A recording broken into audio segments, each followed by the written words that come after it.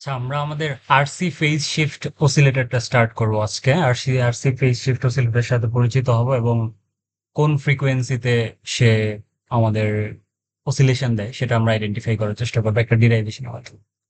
তো RC phase shift অসিলেটরের সাথে যদি পরিচিত হইতে চাই, অসিলেটরের ডায়াগ্রামটা হয় হচ্ছে ঠিক এরকম, যেটা একটা নন ইনভার্টিং কনফিগারেশন। ইনভার্টিং কনফিগারেশন কেন? কারণ আমরা ইনভার্টিং সাইড থেকে হচ্ছে কালেক্ট করতেছি। ঠিক আছে, আমাদের অপ অ্যাম্পে যেটা আছে সেটা হচ্ছে ইনভার্টিং একটা কনফিগারেশন। তো আমরা যদি আমাদের একটু ছোট করে নিই এই পার্টটা।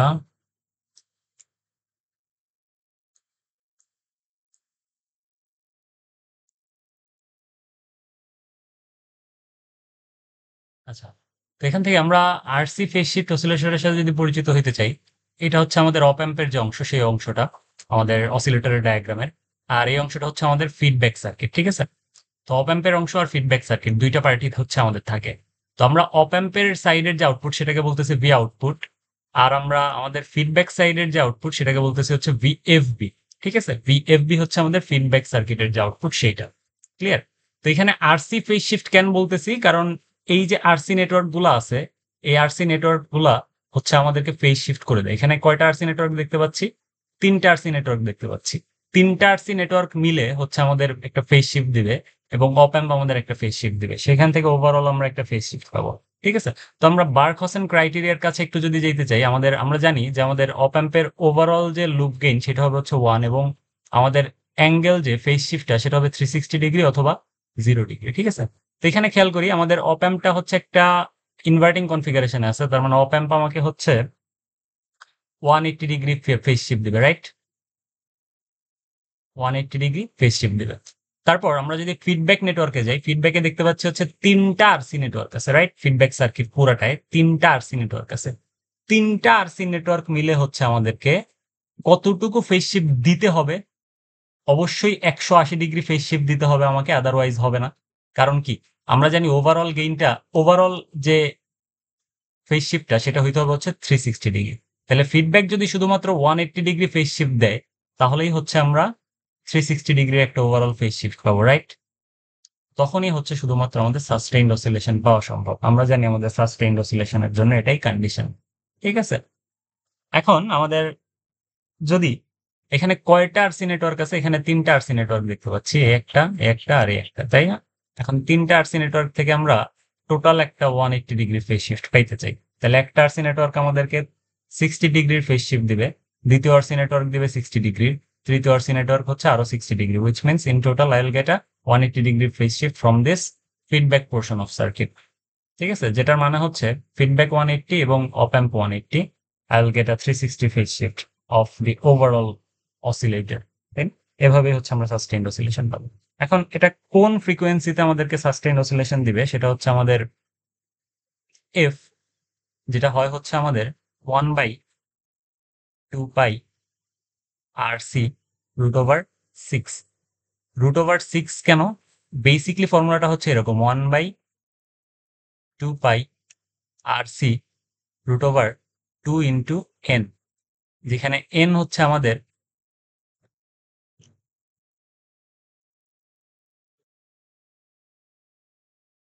এখানে n হচ্ছে আমাদের আরসি নেটওয়ার্ক নাম্বার।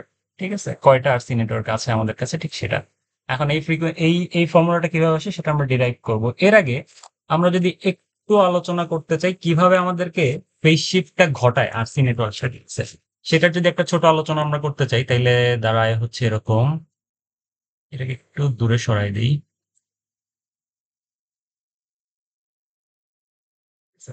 এইখানে রাখলাম খেয়াল। আচ্ছা, তো আমাদের আরসি ফেজ শিফটটা যেমনি অকার করে সেটা হচ্ছে কাইন্ড অফ এরকম যে,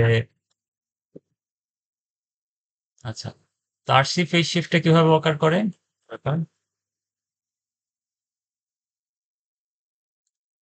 আচ্ছা, আরসি ফেজ শিফটটা হচ্ছে এইভাবে হয়। আমরা যদি একটু দেখি, আমাদের কাছে একটা আরসি নেটওয়ার্ক নিয়ে আমরা একটু কাজ করি, দেখি কি হয়। হ্যাঁ, একটা আরসি নেটওয়ার্ককে যদি আমরা এইভাবে সিলেক্ট করি, এটা হচ্ছে আমাদের সি, এটা হচ্ছে আমাদের আর। ফেজ শিফটটা কেমনে হয় সেটা একটু দেখার চেষ্টা করতেছি আমরা। ঠিক আছে, এটা যদি হয় আর, এখান থেকে আমরা আউটপুটটা কালেক্ট করতে চাই, এটা হচ্ছে আমাদের সি। এখন আমরা যেহেতু সি আছে উইচ মিনস ইম্পিডেন্সে গিয়ে সি এর একটা ইমাজিনারি পার্ট চলে আসে কিভাবে আমরা জানি Z equals to impedance overall impedance যেটা সেটা হচ্ছে আচ্ছা এই পোর্শনটা হচ্ছে ভিআই ঠিক আছে সেটা হয় হচ্ছে আর minus J by omega C right তাহলে আর minus J by omega C যদি হয়ে থাকে তাহলে আমাদের যে অ্যাঙ্গেলটা ক্রিয়েট হবে এখানে একটা সেটা হচ্ছে ট্যান ইনভার্স এক্সি ডিভাইডেড বাই হচ্ছে আর রাইট এগুলো আমরা আমাদের এসি সার্কিটের কোর্সে দেখে আসছি তার মানে আমার একটা আরসি নেটওয়ার্ক নিয়ে যদি কথা বলি সে আমাকে এই পরিমাণ অ্যাঙ্গেল একটা ফেজ শিফট হিসেবে দিয়ে দিতে পারবে রাইট তার মানে সে আমাকে একটা ফেজ শিফট দিবে যে ফেজ শিফটটা হচ্ছে এই ভ্যালুটার সমান এখন আমাদের কাছে তিনটে এরকম আরসি নেটওয়ার্ক আছে তিনজন মিলে হচ্ছে আমাকে একটা ফেজ শিফট দিবে যে ফেজ শিফটটা আলটিমেটলি আমাকে 180 ডিগ্রি একটা ফেজ শিফট দিবে যার কারণে আমরা যে আমাদের বার্কহসেন ক্রাইটেরিয়ন সেটাকে মিট করতে পারবো ঠিক আছে তো এটা ছিল একটা শর্ট জাস্ট আর কিছু না এখন এই যে আমাদের ফ্রিকোয়েন্সির যে একটা ফর্মুলা আসছে অসিলেশন ফ্রিকোয়েন্সির সেটা কোত্থেকে আসছে তাই তো এখন এই জিনিসটা আমরা প্রুফ করবো এই প্রুফটা খুব ইম্পর্টেন্ট আমাদের প্রুফ করার জন্য আমরা আমাদের ফিডব্যাক সার্কিটের পোর্শনটাকে উঠাই নিয়ে আসবো ঠিক আছে এই যে ফিডব্যাক সার্কিট আছে সেই ফিডব্যাক সার্কিটটাকে আমরা এইখানে উঠাই নিয়ে চলে আসছি ফিডব্যাক সার্কিটটাই হচ্ছে এরকমই হচ্ছে আমাদের ফিডব্যাক সার্কিটটা ছিল রাইট এখন ফিডব্যাক সার্কিটের এই মাথায় যে ভোল্টেজ সেটা হচ্ছে আমরা ভিএফবি আমরা জাস্ট ফিডব্যাক সার্কিটটা উঠাই নিয়ে আসছি আর কিছুই না জাস্ট সিম্পলি ফিডব্যাক সার্কিটটাকে রিড্র করছি এখানে আর এই মাথার ভোল্টেজটাকে আমরা দেখি হচ্ছে ভি আউটপুট ঠিক আছে মানে দুইটা পোর্শন আমরা জাস্ট আলাদা করে নিয়ে আসছি প্রত্যেকটা কম্পোনেন্ট হচ্ছে সি ক্যাপাসিটর গুলো এবং প্রত্যেকটা রেজিস্টার হচ্ছে আর ক্লিয়ার এগুলোকে মনে হয় সাদা কালি দিয়ে আঁকা বেটার সি সি সি আর আর আর ঠিক আছে তো এটা হচ্ছে আমাদের একটা ফিডব্যাক নেটওয়ার্ক আমরা ধরে নিচ্ছি আমাদের ভি আউটপুট টার্মিনাল দিয়ে একটা কারেন্ট ফ্লো করতেছে যেটা হচ্ছে I1 কারেন্ট হ্যাঁ এই টার্মিনাল দিয়ে যেটা যাচ্ছে সেটা হচ্ছে I2 পরিমাণ কারেন্ট এই টার্মিনাল দিয়ে যেটা যাচ্ছে সেটা হচ্ছে I3 পরিমাণ কারেন্ট এরপরে আমাদের ভিএফবি ছিল তাই না ভিএফবি এখন আমরা একটু যদি সার্কিটের দিকে যাই অপ অ্যাম্পের মেইন সার্কিটটায় ইয়াতে ভিএফবি থেকে যে কারেন্টটা যাচ্ছিল সেটাকে আমরা নাম দিচ্ছি হচ্ছে I3 এখন I3 কারেন্ট কোন দিকে যাবে এইদিকে যাবে এই পরিমাণ এখানে আসবে আসবে না কারণ অপ অ্যাম্পের মধ্যে কোনো কারেন্ট ফ্লো করে না উইচ মিনস এই I3 কারেন্ট যেটা আছে এইখান দিয়ে প্রবেশ করতেছিল সেটা এই রেজিস্টারের মধ্যে পাস করবে রাইট আচ্ছা তো এই রেজিস্টারের মধ্যে যদি পাস করে তাইলে হচ্ছে আমরা আমাদের ইয়েটাকে ফেলি I3 কারেন্ট যায় হচ্ছে ঠিক এই রাস্তা দিয়ে যেহেতু অপ অ্যাম্পে কোনো কারেন্ট ফ্লো করে না ঠিক আছে বুঝতে পারছি আচ্ছা তো এখান থেকে আমরা আমাদের একটু আইডেন্টিফিকেশনের দিকে যদি যাই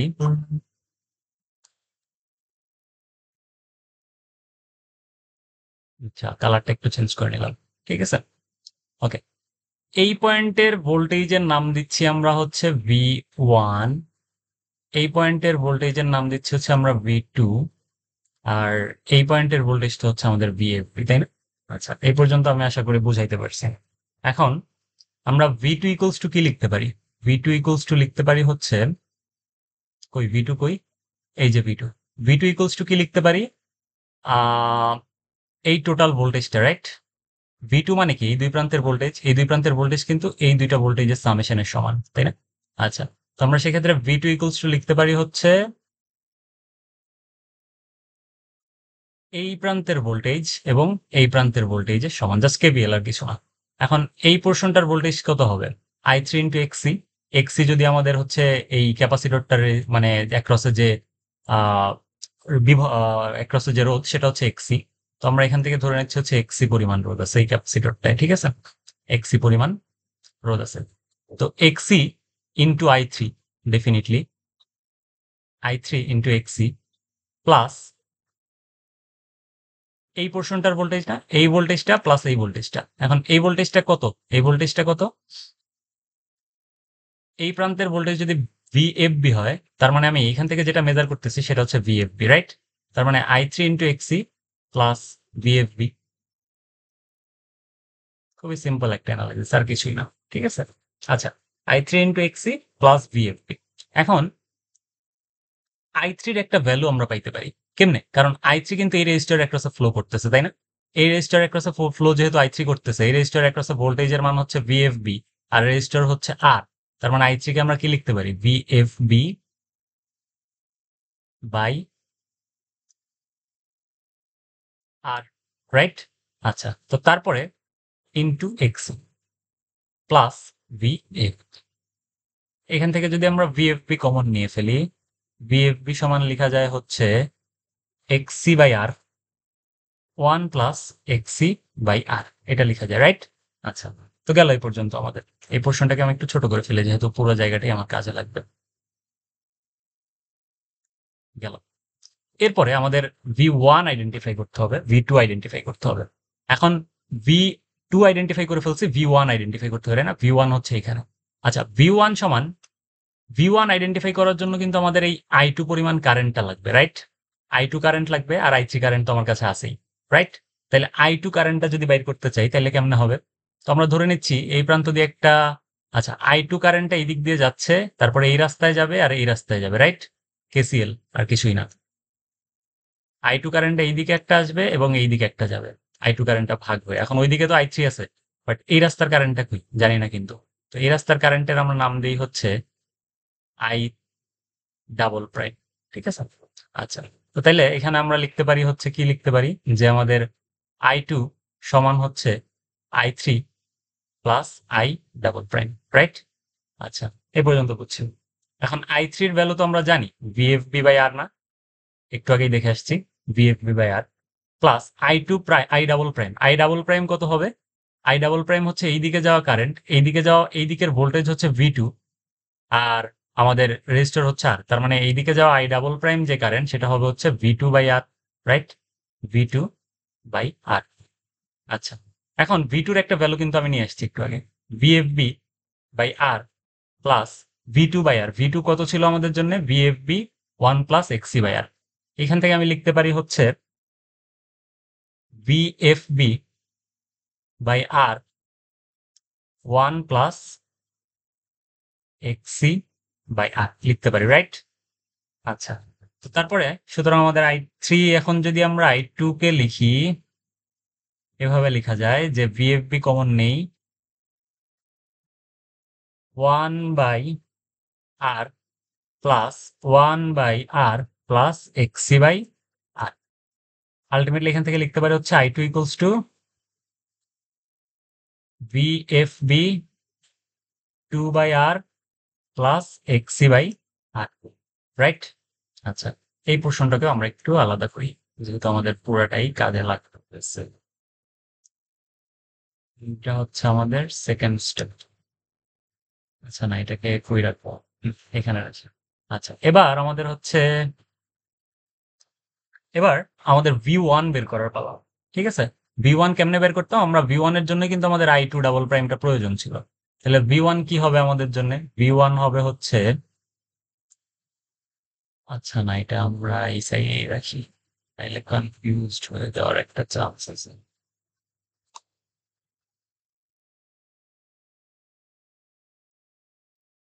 তাইলে এইবার হচ্ছে আমাদের V1 দরকার। V1 ইকুয়ালস টু হবে হচ্ছে V2 plus I2 into XC। কিভাবে? V1 হচ্ছে, একটু কালারটা চেঞ্জ করি, V1 হচ্ছে এইটা, V1 হবে হচ্ছে এই ভোল্টেজ আর এই ভোল্টেজের সাম, রাইট? এই ভোল্টেজটা হচ্ছে I2 ইন্টু XC প্লাস এই ভোল্টেজটা হচ্ছে V2, রাইট? তাহলে আমরা এখান থেকে V1 ইকুয়ালস টু লিখতে পারি হচ্ছে V2, কালার চেঞ্জ হয়ে গেছে, V2 plus I2 into XC। V2 আমাদের জন্য কত ছিল? V2 ছিল হচ্ছে আমাদের জন্য VFB 1 plus XC by R plus I2 into XC। I2 into XC, I2 মানে হচ্ছে এই পুরো ভ্যালুটা, এর সাথে গুণ করবো হচ্ছে XC কে, রাইট? আচ্ছা, তাহলে VFB ইন্টু XC হয়ে গেল। তারপর ছিল হচ্ছে আমাদের 2 by R plus XC by R square, right? আচ্ছা, এখন যদি আমরা VFB কে কমন নিয়ে ফেলি, VFB সমান কমন নিলে হচ্ছে লেখা যায় 1 plus 3xc divided by r plus xc square divided by r square. Simple calculation করছি আর কিচ্ছু না। আমি হচ্ছে খুব পুরাটা দেখাচ্ছি না, সিম্পল ক্যালকুলেশন করছি আর কিচ্ছু না, জাস্ট কমন নিয়ে ভিএফবি কমন নিছি, 1 প্লাস এক্সি বাই আর থাকে, এখান থেকে আবার এক্সি স্কোয়ার হয়ে যায় এখানে, তাই না? আচ্ছা, এক্সি স্কোয়ার হয়ে যায় এখানে,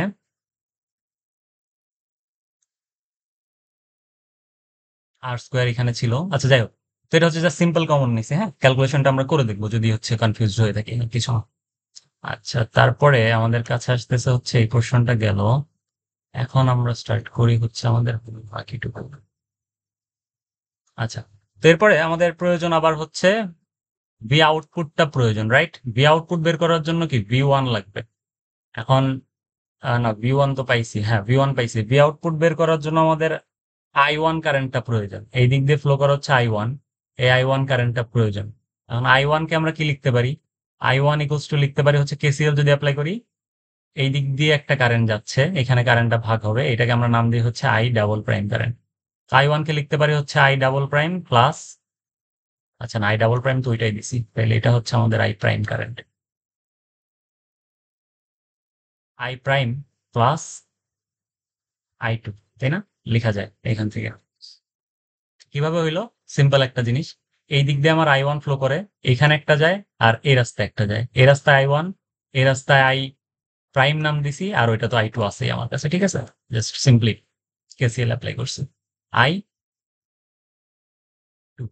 এখন আমরা যদি দেখি I one prime, I one প্রাইমটা কত হবে? I one prime, I prime যেটা আই প্রাইম হবে কিন্তু এই প্রান্তের ভোল্টেজ, সেটা কত? V one divided by R, right? V one divided by R plus I two কত? আই টু কিন্তু আমরা এক্সট্রাক্ট করে নিয়ে আসছি, আই টু আমরা প্রথমে বের করছি না, আই টুর ভ্যালু হচ্ছে এই যে এইটা, রাইট? আচ্ছা, তাহলে আমাদের আই টু মানে হচ্ছে V F B two by R plus X C by R square. I two এখানে আর স্কোয়ার ছিল কি? হুম, আচ্ছা এখানে আর স্কোয়ার হবে, হ্যাঁ একটু ক্যালকুলেশন মিস্টেক করছে, যাই হোক আর স্কোয়ার। আচ্ছা, তাহলে এখান থেকে আমরা যদি ভি ওয়ান এর ভ্যালুটা ইনপুট করি, ভি ওয়ান এর ভ্যালু কত আমাদের জন্য? ভি ওয়ান এর ভ্যালু হচ্ছে এইখান থেকে আমরা পেয়ে গেছি, ভি ওয়ান এর ভ্যালু হচ্ছে ভি এফ বি, নিচে আর আছে তার জন্য ভি এফ বির নিচে একটা আর হবে ডেফিনেটলি, তারপরে হচ্ছে one plus three X C by R plus X square by R square plus V F B two by R plus X C by R square. আচ্ছা, গেল এ পর্যন্ত, ঠিক আছে? তাহলে আই ওয়ান এর ভ্যালু আমরা পেয়ে গেছি। যদি এখান থেকে ভিএফবি টারে কমন নিয়ে একটু ছোট করার চেষ্টা করি, সিম্পলিফাই করার চেষ্টা করি, তাইলে দাঁড়ায় হচ্ছে V F B three by R plus four X C by R square plus X C square by R cube, ঠিক আছে? সিম্পলিফাই করছি জাস্ট, আর কিছু না, সিম্পল ক্যালকুলেশন, এগুলো আমরা পারবো। এখন আলটিমেটলি কি দাঁড়াচ্ছে? তাইলে আলটিমেটলি এবার আমরা যদি ভি আউটপুটের কাছে যাই, আমি ভি আউটপুট সমান লিখতে পারি হচ্ছে আই ওয়ান ইন্টু সি মানে X C plus V one, right? Simple, I one into X C plus V one, এই দুইটা সামই হচ্ছে আমাদের ভি আউটপুট। তাহলে সিম্পলি ভি আউটপুট সমান লিখতে পারি হচ্ছে V one plus I one into X C. I one এর ভ্যালু কিন্তু আমি নিয়ে আসছি, তাই না? এই যে এখান থেকে আই ওয়ান এর ভ্যালু নিয়ে আসছি। আচ্ছা, তাহলে এবার যদি এই পার্টটা একটু আমরা অন্য পেজে গিয়ে করি, এখান থেকে আবার আমরা লিখি ভি আউটপুট সমান হচ্ছে V one plus I one into x, right? লিখলাম। এখন ভি ওয়ান এর ভ্যালু এখানে বসাই, যেটা হচ্ছে V F B one plus three X C divided by R plus X square divided by R square plus I one into X C মানে হচ্ছে V F B into এক্সি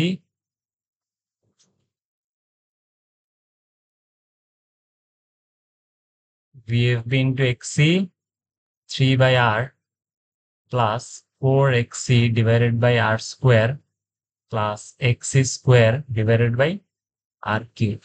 এটা হচ্ছে আমাদের ভি আউটপুটের ভ্যালু, ঠিক আছে। এখন তাহলে আমরা এখান থেকে ভিএফবিটা কমন নিয়ে ফেলতে পারি কিনা দেখি। ভিএফবি যদি কমন নেই তাহলে আমাদের রেজাল্ট আসে হচ্ছে 6XC divided by R, simple calculation, plus 1 plus 5XC square divided R square plus XC cube divided by R cube, ঠিক আছে। জাস্ট কমন নিয়ে ক্যালকুলেশন করলে এগুলো চলে আসবে, ঠিক আছে। আমি খুব একদম স্টেপ বাই স্টেপ দেখাচ্ছি না, কারণ হচ্ছে যে সিম্পল ক্যালকুলেশন এগুলো আশা করি এই পর্যন্ত আসার পর আমরা পারবোই, কোনো সমস্যা আমি দেখতেছি না কোনো, ঠিক আছে। তাইলে এখন আমরা জানি যে আমাদের ক্যাপাসিটরের জন্য এক্সি সমান হচ্ছে negative J by omega C, তাই না? এই পর্যন্ত সবাই জানি এক্সি সমান হচ্ছে negative J by omega C, এটা আমরা বসাইতে পারি এক্সি গুলোর জায়গায়। তাহলে ভি আউটপুট সমান ভিএফবি ভ্যালু যদি বসাই দিই 1/6XC, এই জায়গায় বসাবো হচ্ছে, এই পোর্শনটায় বসাবো হচ্ছে আমরা, তাহলে এই পোর্শনটা এক্সির ভ্যালু বসাইলে আসে হচ্ছে -J6 ওমেগা আর সি, ঠিক আছে। আচ্ছা, তারপরে মাইনাস এই পোর্শনে যদি বসাই তাইলে আসতেছে হচ্ছে -5 ডিভাইডেড বাই ওমেগা স্কোয়ার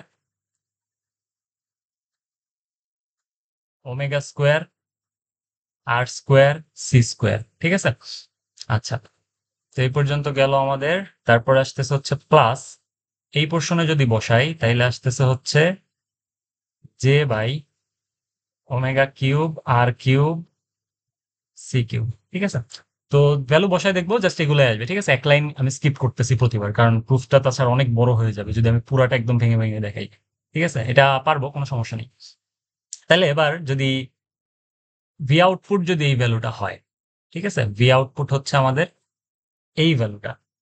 এখন এইখান থেকে যদি আমরা জে এর কম্পোনেন্ট গুলো কমন নিই তাহলে কেমন দাঁড়ায়, ভিএফবি বা ইমাজিনারি কম্পোনেন্ট গুলো 1-5/ওমেগা square R square C square minus J common নিলে হয় হচ্ছে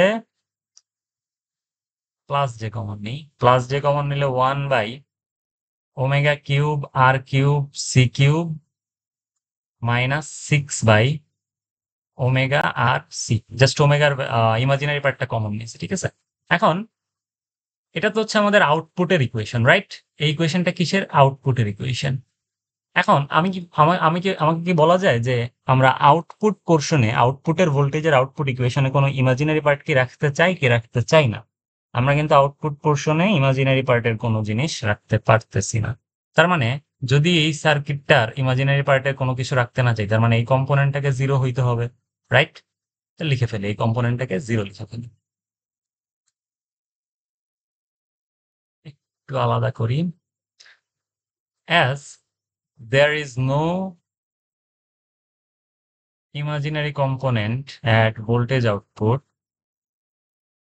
part at Vout, আমরা লিখতে পারি যে 1/ওমেগা cube R cube C cube equal to 6/আর ওমেগা সি, লিখতে পারি না?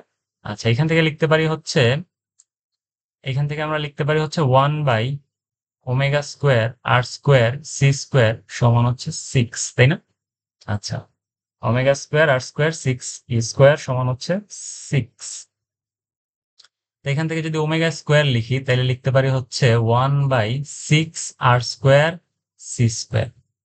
এখন ওমেগা ইকুয়ালস টু লেখা যায় হচ্ছে 1/RC ইন্টু √/6 লিখা যায়। ওমেগা সমান হচ্ছে 2πf, তার মানে এফ সমান লিখা যায় 1/2πRC √/6। এটাই হচ্ছে আমাদের জন্য ডিজায়ার্ড যে ফ্রিকোয়েন্সি, সেইটা, ঠিক আছে। আচ্ছা, এটাকে একটু সুন্দর করে লিখি।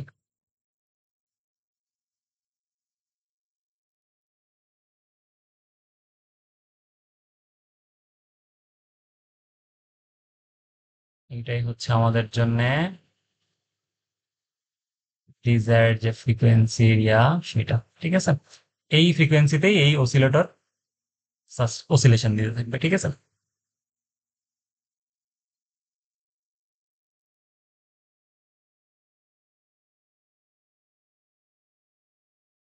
ওকে, তো এটা হচ্ছে আমাদের অসিলেশনের যে ফ্রিকোয়েন্সি সেটা। এখন আমাদের গেইন গুলা ক্যালকুলেট করতে হবে, ঠিক আছে? ডিজাইন প্রবলেম বের করার জন্য আমাদেরকে গেইন গুলা ক্যালকুলেট করতে হবে। কেমনে ক্যালকুলেট করতে পারি? আমরা জানি যে আমাদের এখান থেকে যদি আমরা একটা লাইন লিখি যে V out by V F B, সেটাই কি লিখতে পারি? এই পোর্শনটা তো জিরো, রাইট? সো এই পোর্শনের কোনো কাজ কিন্তু আমার কাছে এখন নাই। তার মানে V out by V F B সমান শুধু পড়ে থাকে হচ্ছে এই পার্টটা, তাই না? আচ্ছা, তো এই পার্টটা লিখি 1 minus 5 omega square R square C square, ঠিক আছে? এখন এটা যদি লেখা যায় V out by V F B, V out by V F B আমাদের জন্য কি ছিল জানো? আমাদের জন্য বিটা ছিল না? V out by V F B, এটা আমরা জেনে আসছি যে এটা হচ্ছে বিটা বা ফিডব্যাক যে গেইন সেটা। তাহলে এখানে যদি বিটার ভ্যালু বসাই, বিটা ইকুয়ালস টু 1 মাইনাস, এখন 5 omega square R square C square, এই জিনিসটা কি বলতে পারি? এই জিনিসটা কি? 5 1 minus 5 by omega square R square C square. এখান থেকে আমরা একটা জিনিস কনক্লুশন আসতে পারি। আমরা জানি যে আমাদের 1 by omega square R square C square সমান হচ্ছে 6। এই যে এখান থেকে লিখতেছি, আর কিছুই না। এটা সমান হচ্ছে 6 লিখতে পারি, ঠিক আছে? তাইলে 5 যদি আনতে চাই, উভয় পাশে 5 গুণ করি, 5 by omega square R square C square সমান সমান 30 লিখতে পারি না? লিখতে পারি। তার মানে এই পোর্শনটাকে আমরা লিখতে পারি হচ্ছে 30, 1 মাইনাস 30। তাইলে আমাদের আলটিমেটলি কি দাঁড়াচ্ছে? বিটা ইকুয়ালস টু -29 দাঁড়াচ্ছে না? -29। তাইলে আমরা কি এটা কনক্লুশন টানতে পারি যে আমাদের জন্য আরসি ফেজ শিফট অসিলেটরে বিটা ফিডব্যাক গেইন হবে হচ্ছে -29, ঠিক আছে? ফিডব্যাক গেইন হবে কত? বিটা ইকুয়ালস টু -29, মনে থাকবে? এখন বিটা যদি -29 হয়, আমাদের জন্য আলফা কত হবে? আলফা না, মানে হচ্ছে অপ অ্যাম্প গেইন কত হবে? এখন নতুন পেজে যদি একটু যাই, তাহলে আমরা জানি যে আমাদের সাস্টেইনড অসিলেশনের জন্য এ ইন্টু বিটা হইতে হবে হচ্ছে 1। বিটা কত? আমি জানি বিটা হচ্ছে 29, -29 বেসিক্যালি, -29 সমান হচ্ছে, তাহলে কত হয়? -29 বসাইলাম ইকুয়ালস টু 1। তাহলে এ বা অপ অ্যাম্প গেইন সেটা হবে হচ্ছে -1/29। এটা একটা ইনভার্টিং কনফিগারেশন না? তাইলে আমরা অপ অ্যাম্প গেইনের জন্য RF/R1 লিখতে পারি হচ্ছে -29। তাইলে এটাকে যদি আমরা -1/29, সরি, R1/RF লিখি,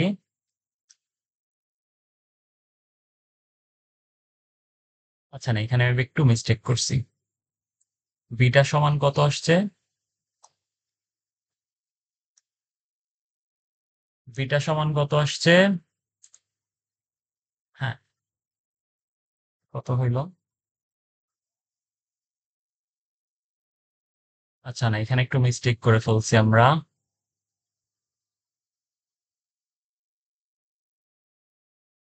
সরি সরি সরি সরি, এখানে হবে হচ্ছে বি আউট বাই বিএফবি, না? একটু মিস্টেক হয়ে গেছে, আমি কারেকশন করে যাচ্ছি, কোনো সমস্যা নেই। আচ্ছা, তো এখান থেকে আমরা বিটা সমান জানি হচ্ছে বিএফবি ডিভাইডেড বি আউট, রাইট? তাই না? আচ্ছা, এটা সমান হচ্ছে আমাদের বিটা। তাইলে এখান থেকে আমরা কি লিখতে পারি? বিএফবি ডিভাইডেড বি আউট সমান লিখতে পারি 1/1 minus 5 by omega square C square R square, তাই না? আচ্ছা, যদি বিএফবি কে এখানে রাখি আর বি আউট কে এই পাশে নিয়ে আসি, তাহলে এই পোর্শনটা চলে যাবে হচ্ছে এখানে, তাই না? সিম্পল, জাস্ট একটা মিস্টেক করে ফেলছিলাম, আমি দুঃখিত সেটার জন্য। আচ্ছা, তাহলে এবার আমরা বিটা সমান লিখতে পারি হচ্ছে 1/1 মাইনাস 5 ইন্টু 6, তাই না? আচ্ছা, তাহলে আমরা লিখতে পারি হচ্ছে 1/-29, যেটা হচ্ছে আমাদের বিটার ভ্যালু, ঠিক আছে? এইটা হচ্ছে আমাদের বিটার ভ্যালু। তার মানে আমাদের ফিডব্যাক যে গেইন সেটা হচ্ছে বিটা সমান আসতেছে হচ্ছে -1/29। ক্লিয়ার?